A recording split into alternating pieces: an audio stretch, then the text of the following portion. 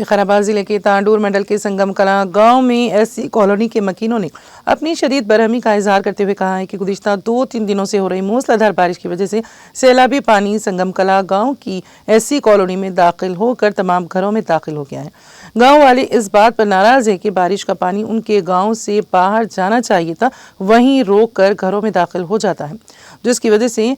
चेटियाडू cement factory के लिए बनाए गए निजी रेलवे ट्रैक की वजह से बारिश का पानी वहीं रुक रहा है और आलूदाब हो रहा है, जिसकी वजह से फसलें और खेत पानी में डूब रहे हैं। देहातियों ने चेटियानाडू सीमेंट फैक्ट्री की तरफ जाने वाले रेलवे ट्रैक पर बैठकर मायूसी में माल ट्रेन को रोक दिया। उनका कहना था कि अगरचे रेलवे ट्रैक के नीचे 18 खंभों को बिछाने के अहकाम थे, लेकिन सिर्फ 3 खंभों को बिछाया गया। उनका कहना था कि छोटे पुल की तामीर से सैलाब का पानी संगम कला गांव तक पहुंचेगा। उन्होंने शिकायत की है कि बारिश का सैलाबी पानी गांव तक पहुंचने की वजह से उन्हें मुश्किलात का सामना है और कोई लीडर उनकी तरफ मुड़कर भी नहीं देख रहा है।